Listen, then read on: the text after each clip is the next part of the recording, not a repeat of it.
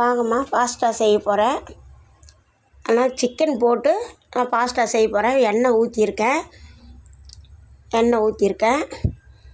பாருங்கள். பட்டை லவங்கம் எல்லாம் எடுத்து வச்சுருக்கேன். நான் ஏலக்காய் எல்லாம் சேர்த்து கொஞ்சம் போட்டுட்டேன். சரிங்களா? போட்டு நல்லா அது வரட்டும்.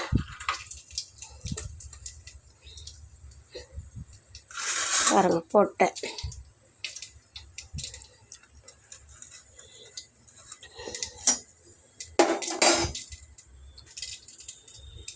இப்போ இந்த ஸ்டேஜில் பொரிஞ்சு வந்துடுச்சு. இப்போது பாருங்கள், வெங்காயம் வெட்டி வச்சுருக்கேன். நீட்டு வேக்கில் வெங்காயத்தை போட்டு பாஸ்தா செய்ய போகிறேன். அந்த பாஸ்தா எடுத்து வச்சுருக்கேன் பாருங்கள். நல்லா தண்ணி போட்டு நல்லா வேக வச்சு சூடு பண்ணி எடுத்து வச்சுருக்கேன். அதில் கொஞ்சம் எண்ணெய் ஊற்றிக்கணும். ஏன்னா புட்டி ஆகிடும், அப்புறம் ஒன்றோட ஒன்று ஒட்டிக்கும். அதனால நான் அதை கொஞ்சம் வேக வச்சு தண்ணி இருத்தி வச்சுருக்கேன். அப்புறம் நம்ம பச்சை தண்ணியில் கொஞ்சம் போடணும், இல்லைன்னா அப்படியே ஒட்டிக்கும். வாங்க பாருங்கள், வெங்காயம் நல்லா ஒன்று வரட்டும். அதுக்கப்புறம் சிக்கன்லலாம் போடுவோம். கொஞ்சம் கல் உப்பு போட்டுக்கணும்னா கொஞ்சம் சீக்கிரமாக வெங்காயம் வதங்கும். பாருங்க, கல் உப்பு கொஞ்சம் போட்டுக்கோங்க வெங்காயத்தை கூட. அப்போ கொஞ்சம் நல்லா வதங்கும், சீக்கிரமாக வதங்கி வந்துடும் வெங்காயம். நல்லா வதங்கட்டும். வெங்காயம் நல்லா வதங்கிடுச்சுமா, நல்லா வதங்கி வந்துடுச்சு. இப்போது இஞ்சி பூண்டு பேஸ்ட்டு ஒரு டேபிள் ஸ்பூன், பெரிய டேபிள் ஸ்பூனில் இஞ்சி பூண்டு பேஸ்ட்டு போட்டிருக்கேன். இஞ்சி பூண்டு பேஸ்ட்டு போட்டிருக்கேன். நல்லா அதையும் போட்டு நல்லா வதக்கிடுவோம். அப்போ தான் நல்லா வாசனை வரும். இஞ்சி பூண்டு பேஸ்ட்டு வீட்டில் அரைச்சி வச்சுது.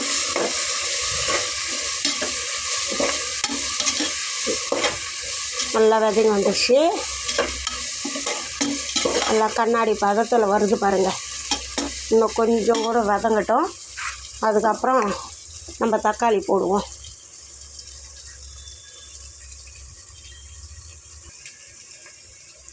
இஞ்சி பூண்டு பேஸ்ட்டெல்லாம் போட்டு நல்லா வெங்காயம் வதங்கி வந்துடுச்சுமா. பாருங்கள், நல்லா வதங்கி வந்துடுச்சு. இன்னும் கொஞ்சம் கூட நல்லா மணமாக இருக்குது, வாசனையாக இருக்குது பாருங்கள். அதே அந்த இஞ்சி பூண்டு பேஸ்ட்டு போட்டாவே அது மனமே தனியாக இருக்கும். இப்போ நான் தக்காளி கட் பண்ணி வச்சுருக்கேன், அதையும் போட்டுக்கிறேன்.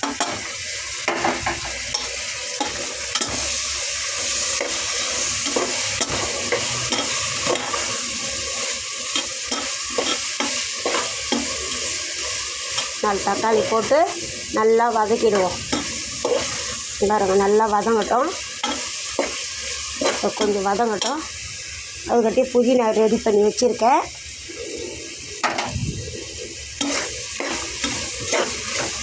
பாருங்கள், புதினா வச்சுருக்கேன், ரெடி பண்ணி வச்சுருக்கேன். இப்போ புதினா போட்டு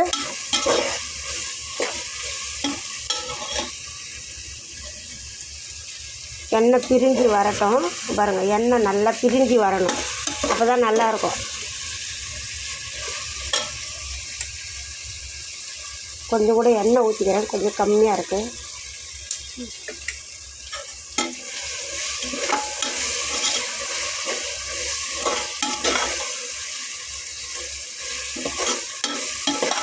பாருங்க, பார்க்குறதுக்கு எப்படி இருக்குது பாருங்கள். எல்லாம் இதுமாதிரி வதங்கி வந்துடணும், அப்போ தான் நல்லாயிருக்கும். இப்போ புதினா கொத்தமல்லியும் கட் பண்ணி வச்சுருக்கேன், அதையும் போட்டுக்கிறேன். புதினா கொத்தமல்லி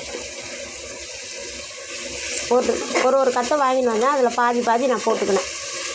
ஏன்னா கொஞ்சமாக தான் பண்ண போகிறோம், அதனால் பாதி போட்டுக்கினேன், ரொம்ப தேவையில்லைன்னு. பாருங்க,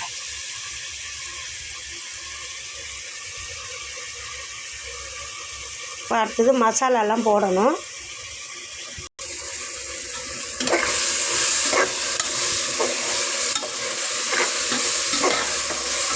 பாருங்கள், நல்லா வதங்கி வந்துடுச்சு. இப்போ இந்த ஸ்டேஜில் நம்ம மசாலாலாம் சேர்த்துக்குவோம். பாருங்கள், பிரியாணி மசாலா நான் ஏற்கனவே உங்களுக்கு சொல்லியிருக்கேன், பிரியாணி மசாலா வந்து நானே அரைக்கிறேன். பட்டை லவங்கம் எல்லாம் வாங்கி நானே அரைச்சி வச்சுக்கிறேன். அது போட்டிருக்கேன். இப்போது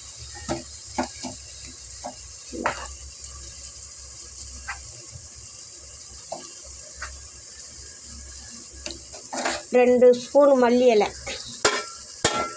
மல்லித்தூள்,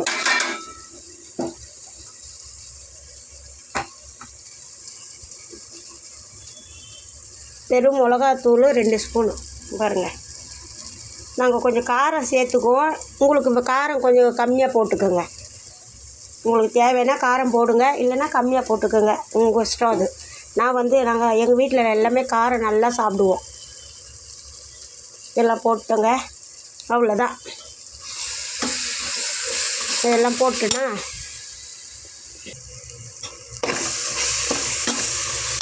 பிரியாணிக்கு நம்ம வேறு மாதிரி பண்ணுவோம்ல. இப்போ வந்து நான் சிக்கன் சேர்த்துக்க போகிறதில்ல. ஒரு 1/4 கிலோ எடுத்துகிட்டு வந்தேன் சிக்கனு. அதை போட்டு அதை செய்தால் குழந்தைங்க கொஞ்சம் சாப்பிடுவானுங்க. அதனால பாருங்கள், அவ்வளோதான். அது ஃபாஸ்ட்டாக ரெடி பண்ணுறதுக்கு இப்படி தான் பண்ணணும். ஏன்னு கேட்டிங்கன்னா, அது முதல்ல சிக்கன் போட்டோம்னா அது சரியாக வராது. மசாலா கூட நல்லா வதங்கச்சுன்னா அப்போ நம்ம நல்லாயிருக்கும். பாருங்கள், சிக்கனை போட்டிருக்கேன். இது நல்லா வெந்து வரட்டுமா. லேசாக தண்ணி ஊற்றிக்கலாம். ஏன்னா பாஸ்தாவை நம்ம வந்து வேக வச்சு எடுத்துருக்குறோம் இல்லையா, உப்பு போட்டு வேக வச்சு எடுத்துருக்கோம். அதனால் மீடியமாக போட்டுக்கினா போதும். உப்பு கூட வந்து தேவையான அளவுக்கு போட்டுக்கினா போதும். இப்போ நான் சிக்கனுக்கு உப்பு போடுறேன்.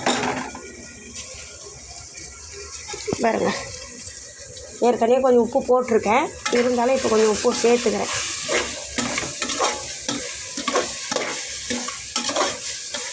இதுக்கு வந்து தயிரெல்லாம் ஊற்ற தேவையில்லம்மா. இதெல்லாம் தயிரெல்லாம் ஊற்றினா ஒரு மாதிரி இருக்கும். ஆனால் வேணும்னா நீங்கள் ஊற்றிக்கலாம். நான் ஊற்றிக்கல. தயிர் இருக்குது, இருந்தாலும் வேணான்னு சொல்லிவிட்டு நான் தயிர் ஊற்றலை. அப்படியே கொஞ்சம் நேரம் வெந்து வரட்டம்மா. ஒரு 10 நிமிஷம் மூடி போட்டு வச்சுடுவோம். அதுக்கப்புறம் நம்ம பார்ப்போம். வெந்து வரட்டும். ஆமாம், இந்த பாருங்கள், இந்த ஸ்டேஜில் இப்போ நான் பாஸ்தாவை கொட்ட போகிறேன். இங்கே பாருங்கள், நான் எடுத்து வச்சுருக்கேன். நல்லா சுடுதண்ணி வச்சு கொஞ்சம் காய வச்சு அப்படியே நல்லா வடித்து எடுத்து வச்சுருக்கேன். இப்போ இது எடுத்து நான் போட போகிறேன். அதில் பாருங்கள்,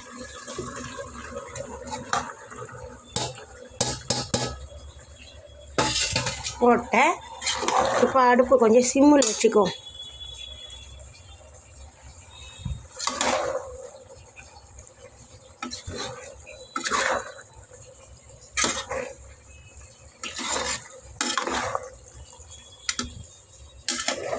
வருமா, தெரியுதுங்களா? பாருங்கள், இவ்வளோதான். நான் சிக்கன் போட்டு பாஸ்தா பண்ணியிருக்கேன். நீங்களும் செய்து பாருங்கள், நல்லாயிருக்கும். ரொம்ப தண்ணியெல்லாம் வச்சிடாதீங்க, மீடியமாக வைங்க. பாருங்கள், எல்லாமே வீட்டில் இருக்கிறது தான் வச்சு சரி குழந்தைங்க நல்லா சாப்பிடுவாங்க. உங்கள் வீட்லேயும் நீங்கள் ட்ரை பண்ணி பாருங்கம்மா. இது நல்லாயிருக்கும், டேஸ்ட்டாகவும் இருக்கும் சாப்பிட்றதுக்கு. இங்கே பாருங்கள்,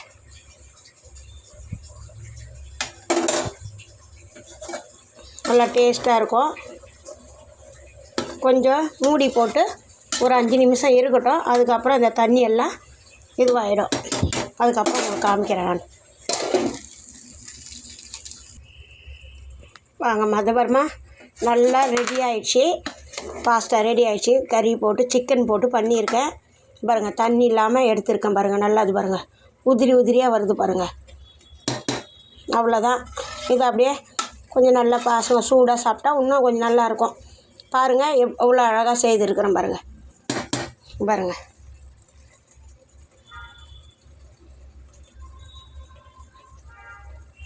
தெரியுதுங்களா? அவ்வளோதாம்மா, ரெடி ஆயிடுச்சு. Pasta ready. சிக்கன் போட்டு பிரியாணி மாதிரி பண்ணியிருக்கேன்.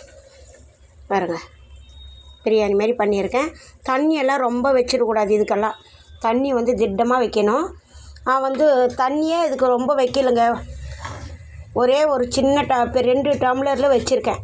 2 டம்ளர் தான் வச்சுருக்கேன். ஏன்னா நம்ம அது வேக வச்சு எடுத்துருக்கோம் இல்லையா, அதனால் அது நல்லா வெந்துடும் ஃபாஸ்ட்டாக. அப்படியே நிறைய தண்ணி ஊற்றிட்டோம்னா குழஞ்சி போயிடும். அப்போ சாப்பிட்றதுக்கும் நல்லா இருக்காது. இந்த மாதிரி தான் இருக்கணும்.